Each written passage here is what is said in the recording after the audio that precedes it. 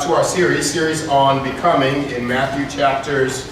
We started in chapter 4 and we're going through 4, 5, and 6. The overarching idea is becoming Christian, based upon the principle in 1 John chapter 1, which says, "Now we are the children of God, but it does not yet appear what we shall be." In other words, I have been saved, I've been redeemed in the blood of the Lamb. I have been given access to the Holy Spirit, but there are some things in my life that just do not appear like I'm saved. Say amen, somebody. Amen. I'm not talking about you, I'm talking about the person who is next to you. There are some things that need to be worked out in my life now that I have a relationship with Jesus Christ. Yes. How many of you know that you are a work in progress? You are a work in progress. You're a work in progress. So now we've been talking about the Sermon on the Mount. We started with chapter 4, or the temptation of Jesus, and now we've gone into Matthew. Now it's been a couple of weeks since we've been here. We had Easter and we had some other things going on. So I want to bring you back up to speed so we can push forward in this series of becoming more like Christ. Becoming more like Christ.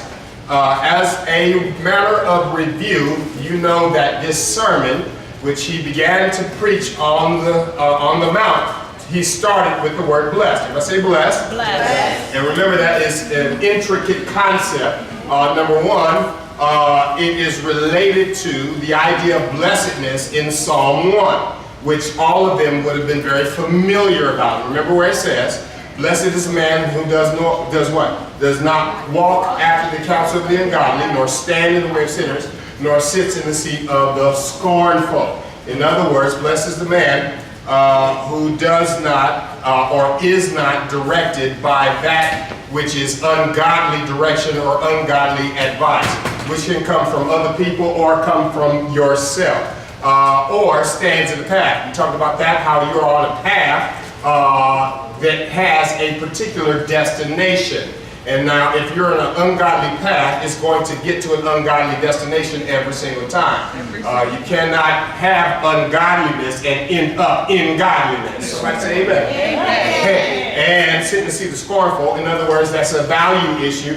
Now I'm going to declare for myself that what God calls wrong, I'm going to call it right. And so now this is a reversal as Jesus begins his teaching in the Sermon on the Mount. Now, you will recall that the word blessed here was akin to a cultural image in terms of Greek understanding. The word there is makarios, and there's a Greek phrase which was the makarios nesoi. I'm just doing some review to bring us back up to speed, which described a place, that mythological place where the heroes went after they died. In other words, it was a phrase or an idiom that was used to describe peace and tranquility. Now, the idea that is connected in Jesus' use of the word blessed is that one can experience peace and tranquility on the inside or underneath the skin. And so this was the idea. Matter of fact, later on he says, "I came not to destroy the law, but to fulfill the law." So the idea is that the law is not about what I do, it's about who I am. In other words, if I am to experience blessedness, blessedness is not external, it is internal.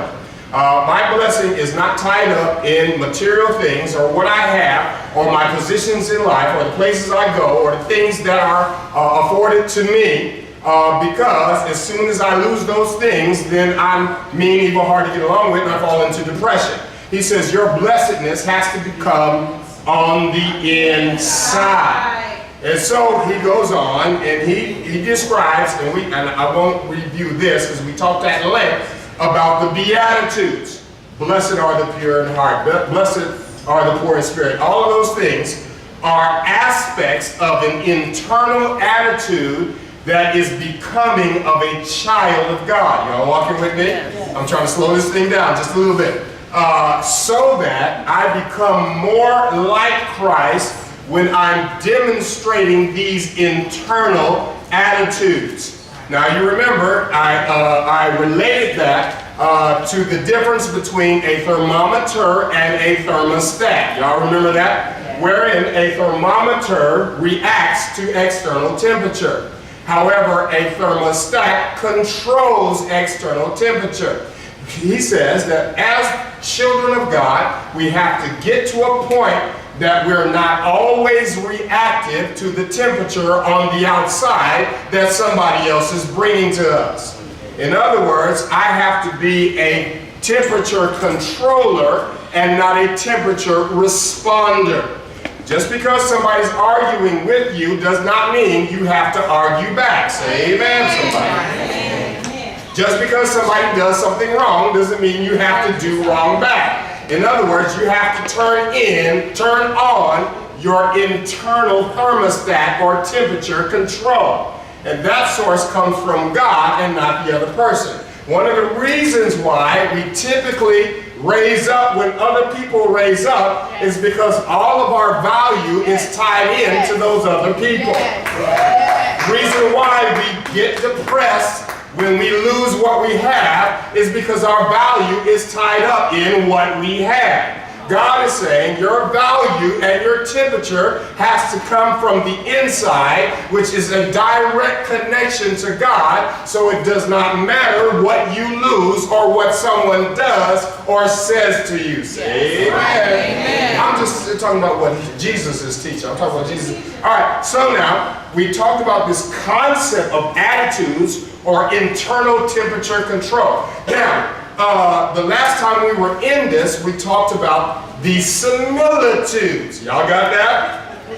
So we go from attitude to similitude. In other words, he says, this is what you are like. Two things. You are like salt and you are like light. Y'all walking with me? So let me review the salt and then we can get to the light for today. But you need to understand that I cannot be salt or light in the world if I don't have internal temperature control with the attitudes. So the similitudes are directly related to the attitudes. In other words, what he's saying, if I don't have the attitudes, it's like what he says, it's like the ridiculous idea of salt without any taste. So a Christian without internal temperature control is like salt without taste. So now he says, this is how you are light, this is how you are salt, by being poor in spirit. By praying for those who persecute you. Or all of the Beatitudes on the inside is how you salt the world and you light it up. Y'all still walking with me? I'm still reviewing. Now, we talked about the very first similitude. Look at there. What is that? That's verse 13. You see that? It says, you are the salt of the earth. And if salt has lost its taste, how shall its saltiness be restored? In other words, it says it doesn't make sense that I mentioned salt and it has no taste. It's no good and it's going to be thrown out. So the idea is that your Christianity is of none effect if you're not becoming who God said you are. All right. So now, you'll remember, and I'll do a quick review on salt. You remember salt in ancient times was different than salt is today. Are y'all walking with me? Salt comes from the word that we get the same word, salary. In other words, salt was a form of currency because of its importance to the people at the time. Anybody have a refrigerator? Say amen. And so salt had a value associated with it that was equivalent to money. Salt was precious, and I won't take all the time going through this, but remember I gave you 7 things or 7 properties of salt which reflect who we are in the world. Can I just throw them out real quick? Without explanation? All right. You remember that? Number 1, salt has value. In other words, it's salary. It is currency. You are the currency or the value of the world. Now, that was the first thing. What was the other thing? Number 2? Salt was, okay, you got the notes right there. All right. Salt was used to form a covenant or a promise that was going to be fulfilled that God ordained. A lot of times when they came together to make a covenant, they would eat salt as a sign that the covenant was sealed. which represents God's covenant with you, and you carry that covenant into the world. So the covenant that I have with God is that I'm going to be like God in the way that I interact with the people next to me. Say amen. Look at amen. Look at amen. Look at, I'm just talking about salt. Talking about the salt was. What you got to know? What was the third one? Element of Old Testament sacrifice. Yeah, and they used salt in the sacrificial system. Whenever they brought an offertory sacrifice, they would season it with salt. And God said, don't bring me no sacrifice that has not been what? Seasoned. Which is tantamount to you doing the work of the Lord without the attitude of the Lord. Which God says, it doesn't matter how much you do for the kingdom of God if you have the wrong what? Attitude. All right? What was the next one? All right, whenever they constructed incense, now, incense throughout the scripture represented prayer. We see it time and time again. I don't have time to talk about it. I talked about that a couple of weeks ago. But he said that an element of incense, or representative of that, was salt that they mixed in the incense. Now, the incense that they made for the temple was only for the temple. It was not for private or personal use. And so what that represents is that we are to be intercessors for the world. There are some things that would not be taking place in your life, in your circle of contact, and even in the world if the believers of God would stop fussing and fighting and arguing with each other and come together and pray and give intercession for the world. I mean, I know it's right. Y'all remember Jonah, don't you? This just added information. Y'all remember Jonah? And God said, I want you to go to Nineveh. He didn't want to go. And so he went, and because he shared and followed the kingdom of God, the whole nation turned around. Yes. The responsibility for making things happen in our community and society lies with the people of God being salt and light. Yes. How many did I give you on that one? All right, what was it? Okay, number 5. Okay. Agent of seasoning. All right, and what's the next one? Number 6, the agent of preservation. Okay, so the idea is that you are a preserver from decay instead of participating in the decay. Okay. And it is an agent, here's what I'm going to stop with. It is an agent of healing. Even today, you put salt in the wound, it's going to hurt you, but it's going to heal your wound.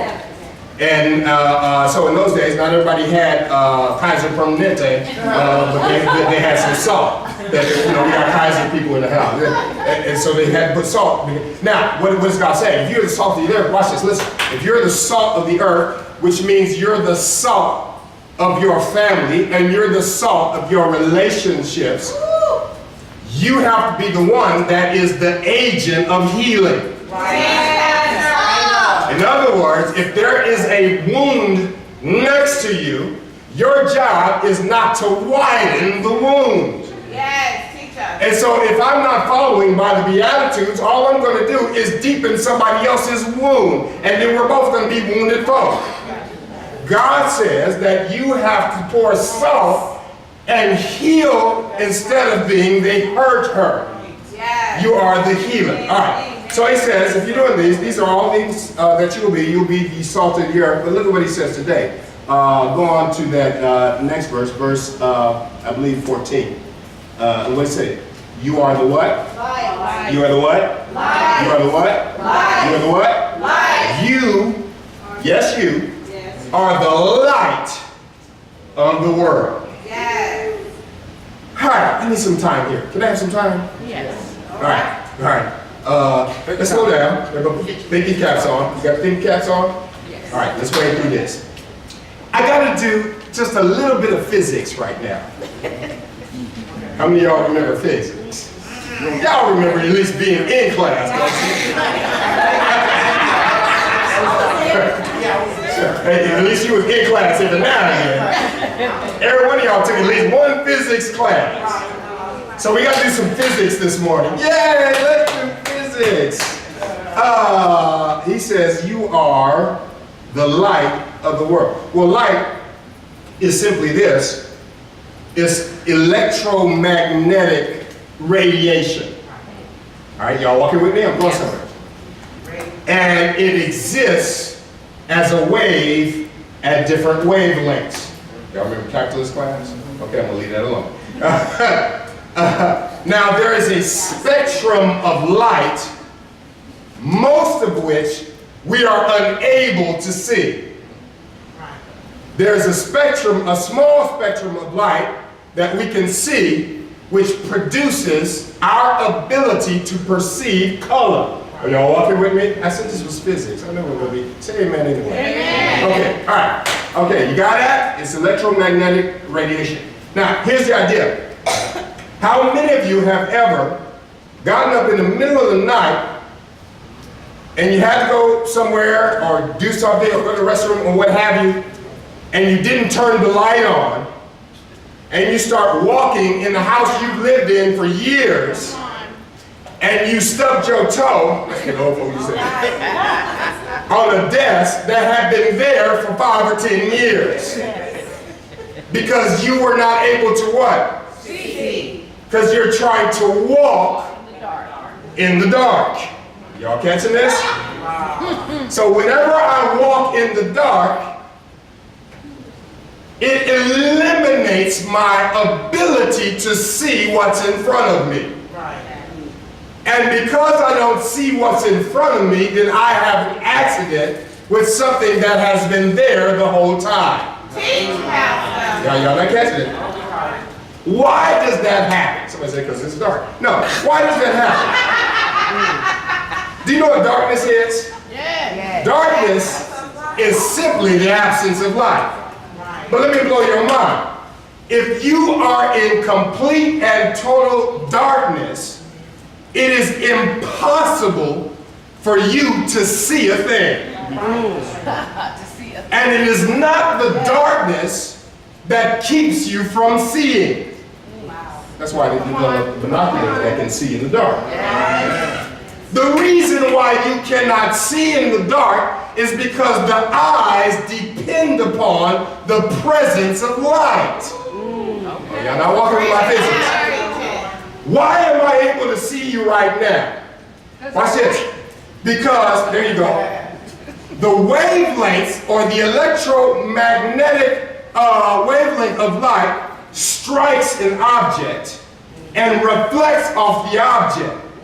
So the light comes off of the object into my eyes, and then my eyes interpret not the object, but the light that jumps off of the object. And so I'm not actually seeing the object, I'm seeing the light that's coming from the object. So that if I'm able to see, there has to be a source that is producing light upon the object so I can see it. Go ahead, Pastor. So the reason why I'm walking in darkness in my life, and I'm unable to see my way through, or I'm unable to see answers to my questions, or I'm unable to see the will of God, is because there's some darkness in my life. That is true. It's not that God hasn't shown it to you, you just can't see it. Because, what does the Bible say? John chapter 8 verse 12, you prefer darkness over the light. Now watch this. There are, if you would admit it today, there are certain areas in your life that are still subdued to darkness. Now some of us got some light areas, we got some dark areas. We got dark, it's like photosynthesis. I don't have time to talk about dark area and dark matter and all that. But there is some areas. Now, if there is darkness in your relationship, then you're not going to be able to see the right thing to do in your relationship. Because in this one area, there is no source of light. Ooh, if this was singles and married conference, I'd do it right here. Just think of one aspect of your life that you cannot seem to overcome. Or one aspect that's causing problems in your relationship. It might be finances. Yes. It might be, for married folk, coming together. Amen. You know what I mean by that? I hate to inform you, single folk, because that doesn't just become easy once you get married. Say amen. Amen. Amen. You gotta walk in the light. Walk in the light. You gotta walk in the light. It could be a particular decision in an area in your life, but you can't see it because it's under the cloak of darkness. There's no light shining on it. Y'all getting this? There's too much darkness, too much darkness. So now, that's why it's hard for me to discern or have discernment. Sometimes I can't see people for who they really are. Sometimes I have, matter of fact, sometimes I cannot look beyond the surface of someone and see the good that is in them. And really, it's not the person that's negative, it's the negative darkness that's shielding your eyes. So that everything you see, you have the unique capacity to see the darkness or what's negative instead of what's light. Because there's no light coming into your spiritual eyes. All right. That's good. Somebody said, I can't see it. I said, turn the light on. Now, last thing in physics. That everything that exists is either in one of two categories. Either it is luminous or it's illuminated. Everything in the universe. Either it's luminous or illuminated. What's the difference between the two?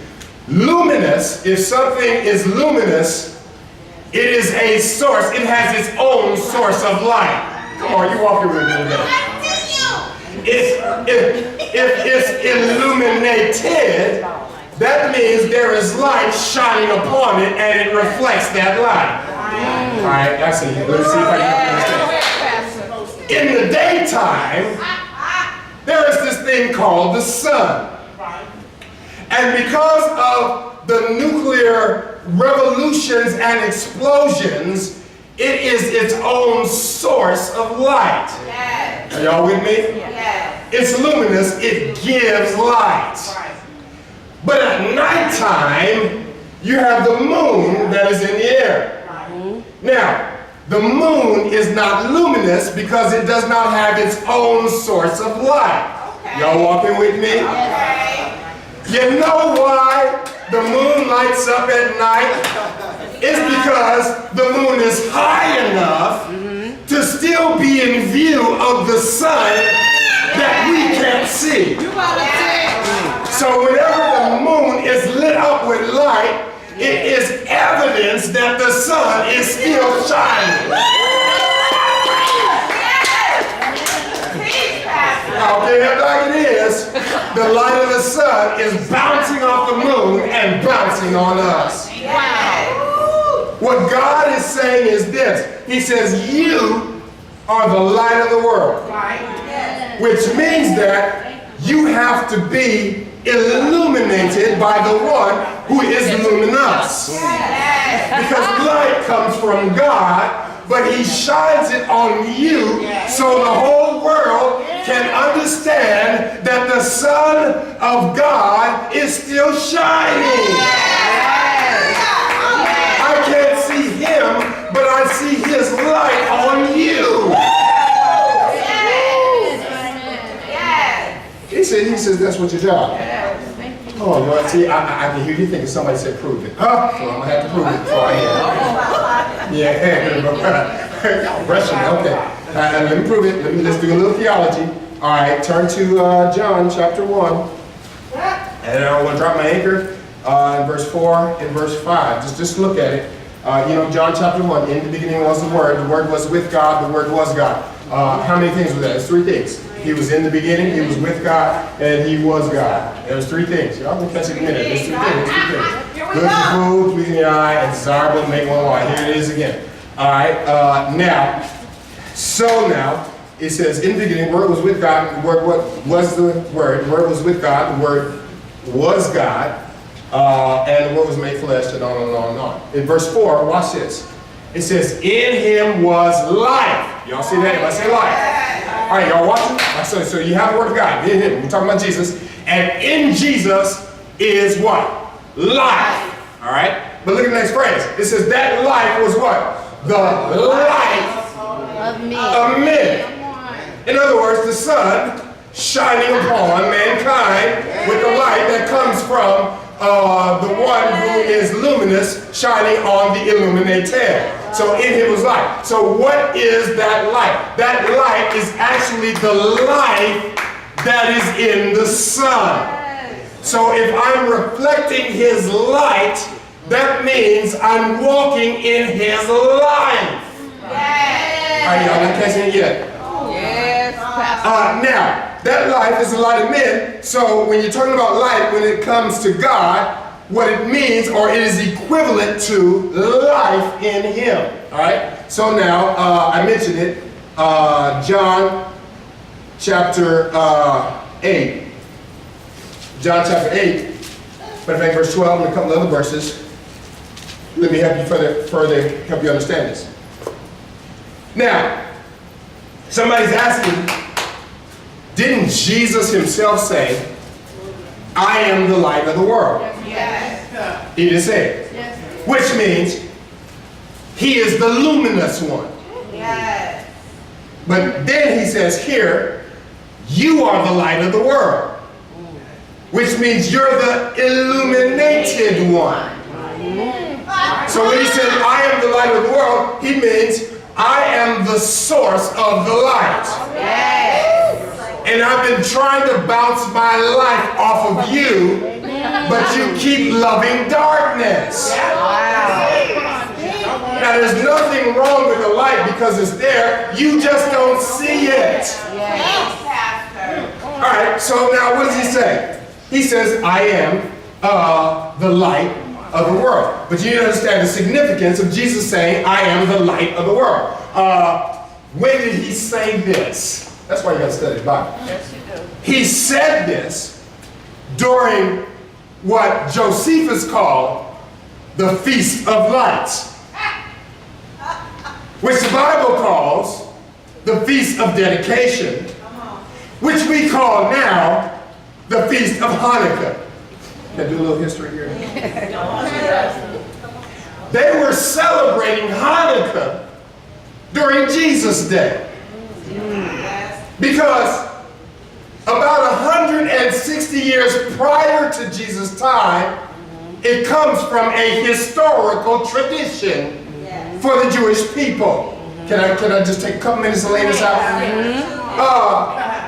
2 minutes, okay. Let me see if I can do this in 2 minutes. What had happened was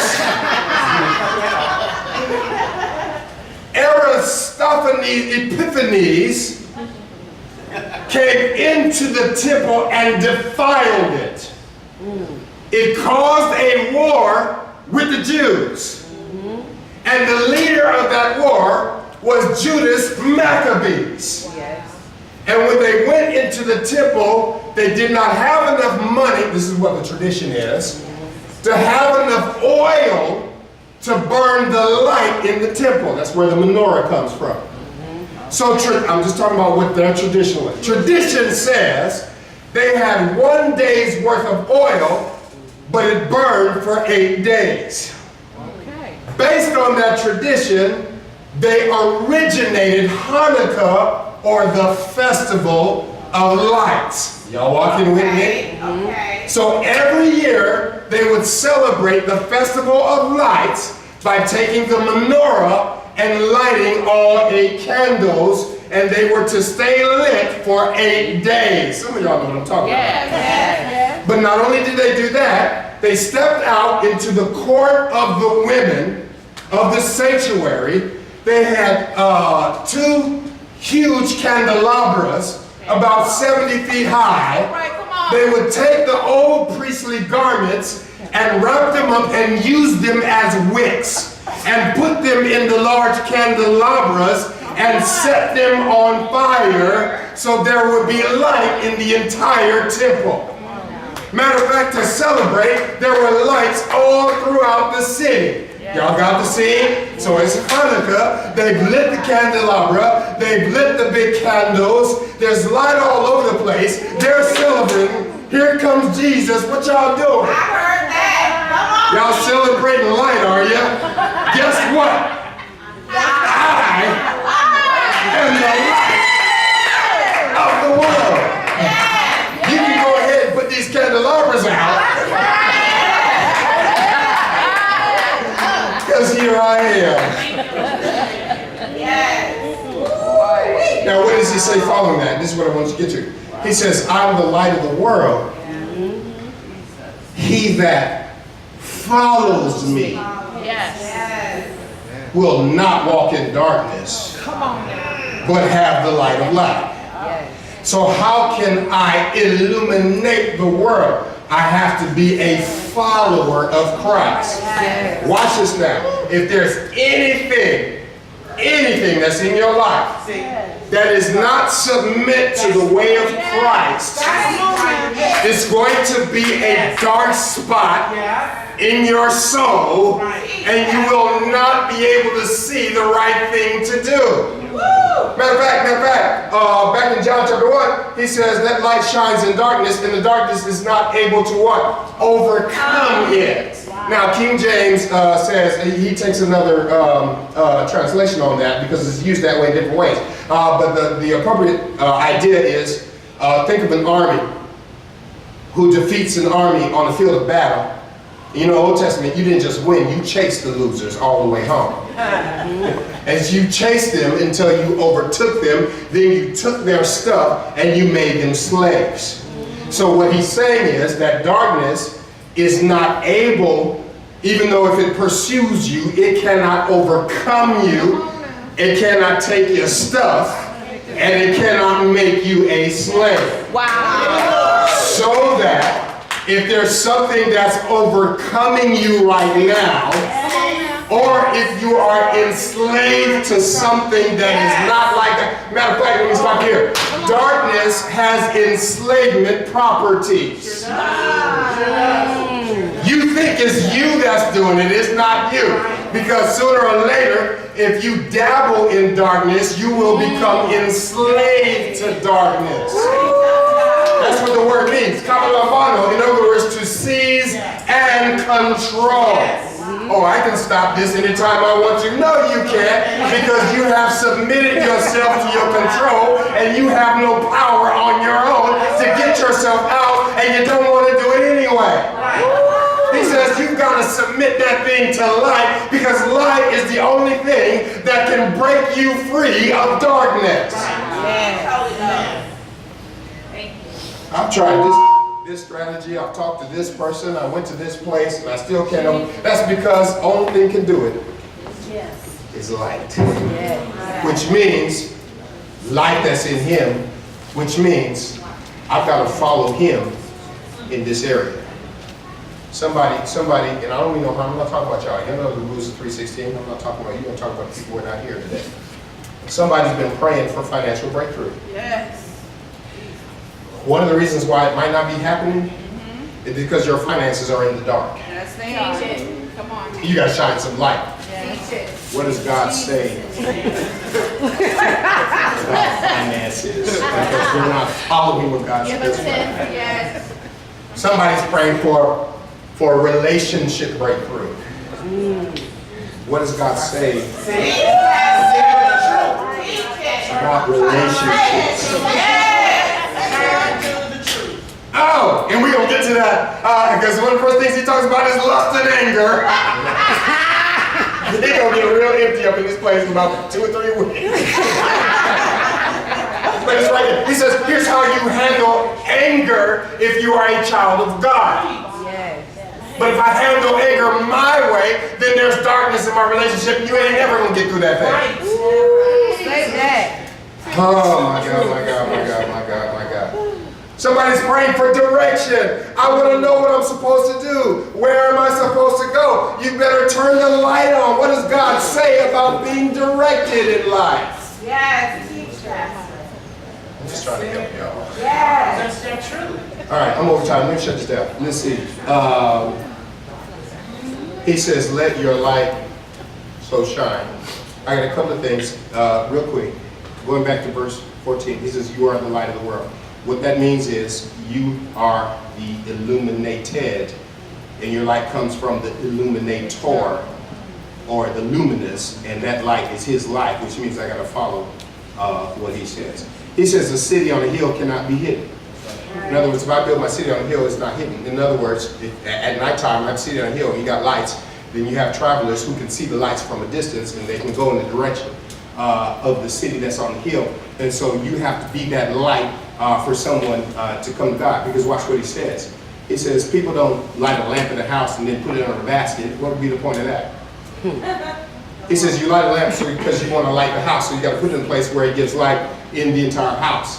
So he says, in the same way, let your light so shine before others. Why? Why? Here's the clincher. Here's the close right here. Everybody say, here's the close. Here's the close. Let your light shine. Why? Why? Why? Why y'all looking at me? It's right there. It says, so that they may see your what? Good work. And give glory, To your God. not God, but to your Father who is in heaven. Yes.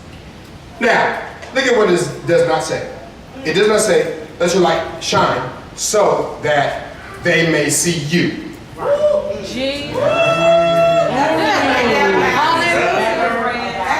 Shining light in the kingdom of God has nothing to do with bringing attention to yourself. He says, don't nobody want to see you. They want to see the good works. That's why some people have trouble doing stuff, because they're afraid that if I do this, nobody's going to see me do it. Nobody here, nobody here. I'm just saying. Nobody here. This is none of you. Because I want the spotlight to be on me so you can see me perform. Wow. But God says, I don't want the spotlight on you. You are the spotlight. Yes. And you're supposed to spotlight the Father in the doing of your good work so people can see Him and not you. Yes. My God, my God. Yes. Let me close with this. And he says, and glorify the Father. Everybody say glorify. Glorify. We have many times, so I'm going to show you what this says in this verse real quick. Right here, he says glorify the Father. He didn't say glorify God. And there's some significance to that because there's a relational nuance. And his relationship with Father has to do with his reputation. Now the word doxa, where we get doxology or glorify, has a nuance of anticipation.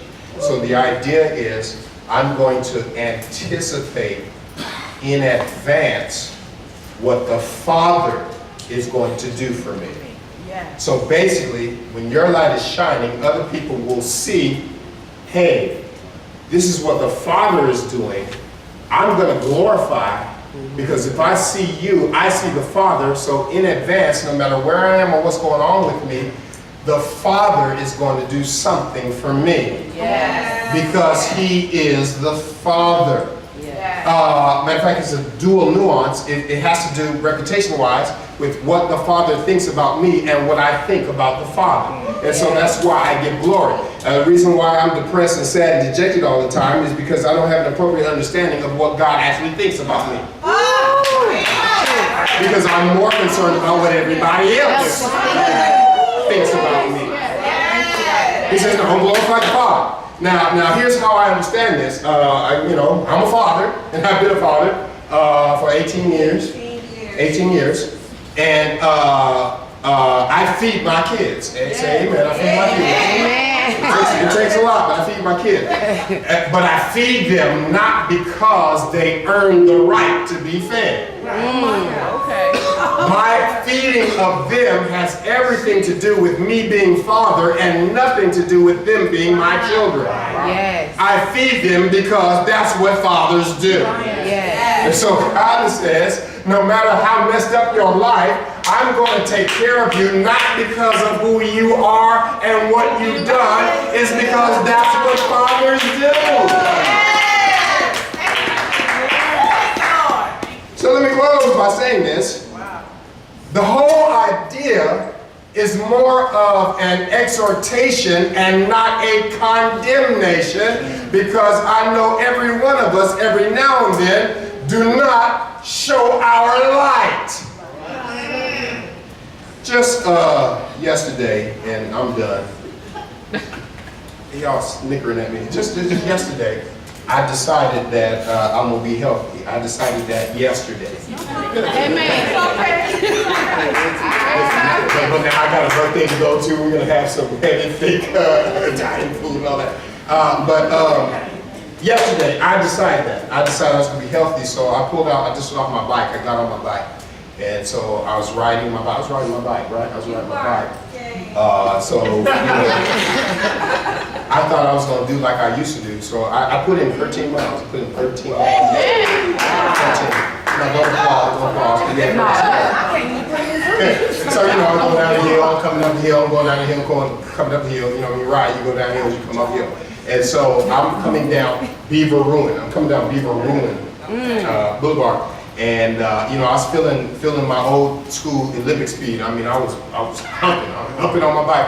I'm moving, maybe 10, 11 miles an hour, which is fast for a bike. It's fast for a bike. I was doing about 10, 11 miles an hour. Pretty good for a rider who hasn't ridden in a long time.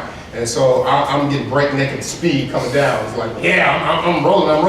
And so I took my eye, just for a minute, I took my eye off the road. And so I did not see that I was headed directly for a raised curve, And so by the time I saw it, it was too late.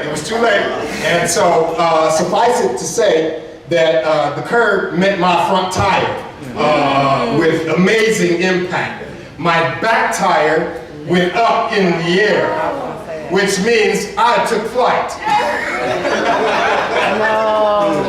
That's what that description. I took flight, but you know what? I landed well. Y'all would have been proud. You would have held up 10. Good job. Safe. I mean, I had full body extension.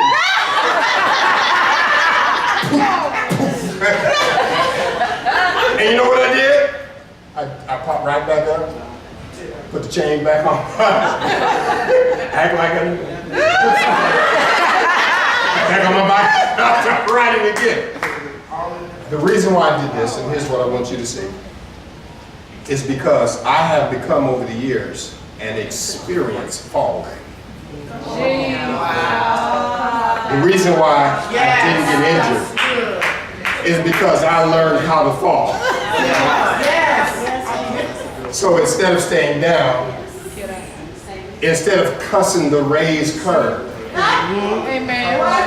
I got up and got back on my bike.